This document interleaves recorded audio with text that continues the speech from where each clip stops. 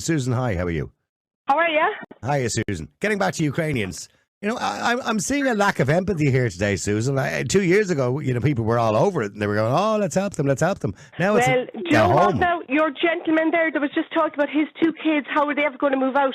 I have 2 boys here, 2 young fellas out, they're only small, but I have a box room that I rent out to at an ad hoc basis when I need a few bob. And the amount of Ukrainians ringing me over the last 2 years, they're offering me the ARP, which is €800. They're offering me €800, up to €800 cash in hand, plus bills. So I'm being offered up to €1,700 cash in hand, tax-free, from my box room. Right. At the moment. Now, how can Irish students compete? I'm from Cork, so you can probably tell. How can Irish students compete with that? How is that fair?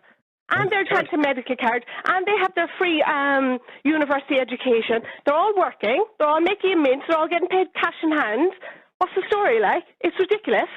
Yeah, well, there was a story in the paper the other day that Ukrainians in third level education in Ireland were getting 3 times the lower amount of the grant that Irish people were getting. In other words, you know, they were getting higher grants. They're getting higher grants, and they're getting their accommodation paid for, and they have the medical card. And they're not being means tested, and they're all working. Well, see, the government, and some of them are being paid remotely from Ukraine as well, renting out their gas over there and working remotely, and then going to Trinity part-time here, having a great time. Having an absolute great time. And I know all this firsthand because they're writing to me and they're telling me this. They're offering me these amounts of money. And not only that, but now I'm getting emails from Poland, Germany, even I got one from America, and they said, where the benefits have been cut here, it's better in Ireland, they're leaving safe countries, that they're safe, they're grand like, but the benefits are better here. So they're all coming over here again. So Ukrainians who had fled to other countries are now coming to Ireland as far as you're concerned. Benefit shopping, yeah, that's what they're doing now. Benefit shopping, yeah, okay, benefit shopping. That's what they're doing. It's ridiculous. But that's the problem. That's the problem when the government are handing it all out. Of course, you'd be mad not to take it. Exactly, I totally agree with that. It's an absolute joke. Now, the other thing is, right, I'm after contacting the old administration, the new administration, emails, evidence, phone calls, the whole lot, to the Minister for Social Protection, the Minister for Housing, this new Colin Brophy, migration. He doesn't even return a phone call, that fella. But sent them all lists and this and this of emails and phone conversations that I've had with them as evidence. Norma Foley, I didn't even get a phone call back. They don't care. They don't care. They're just bowing down to the EU master now. That's what they're doing. They all have their eyes on the prize now, the big EU jobs, or like your man Varadkar going off over to America. They don't care about us. They don't care about us. They don't care. It's ridiculous. It just makes me so angry. So like other people that have been on today, you believe when the war ends, and it probably will end shortly. I'd like to think, and I hope it ends shortly. When the war ends, you believe, I'm sorry, bye-bye, off you go. No, now. They should be means tested now. Why would enter war ends? Well, no, they claim it's not a safe country to go back to yet.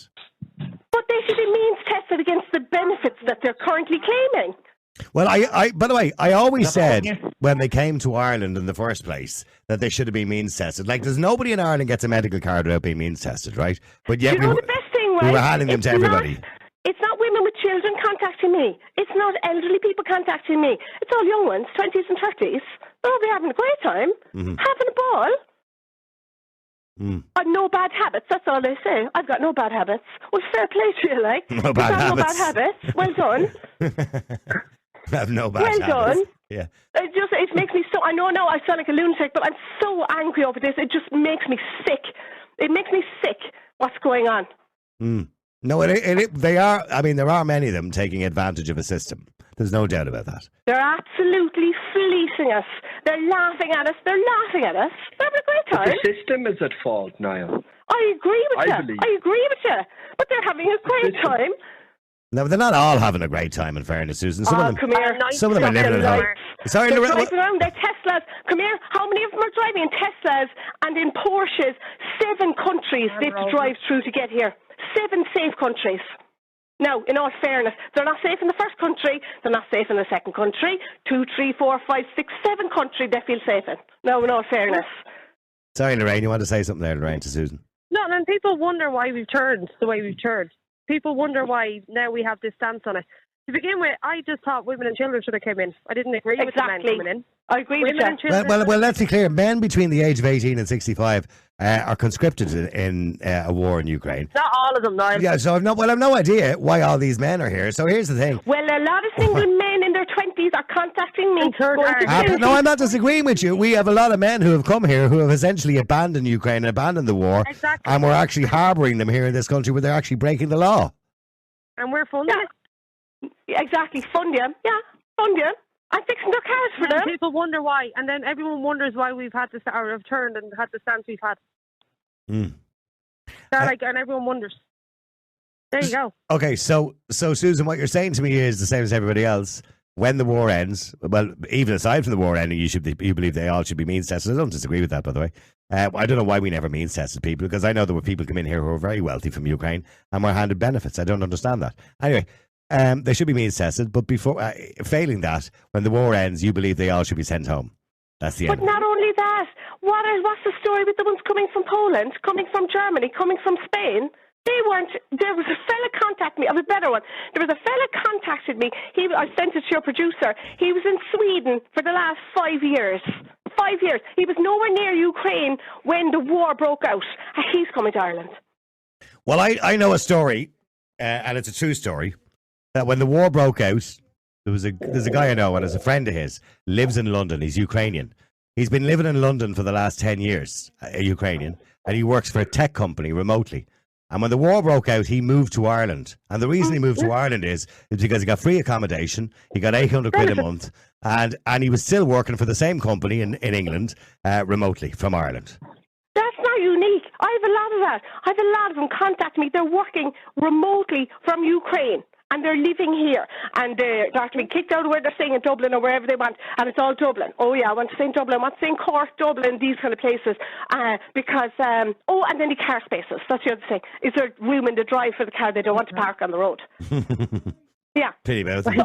It just makes me sick. Absolutely sick.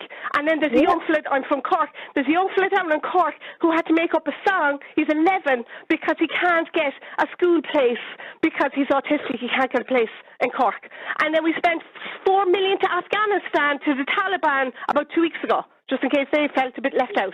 Yeah, we sent millions over to Ukraine as well. I fail to understand how we can't provide the basics, like, operations for scoliosis, all that kind of stuff, or that young fella, and improve our education system to get places for young fellas like him.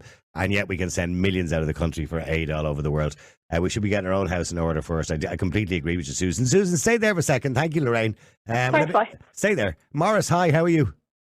Well, good afternoon. How are you doing, all right?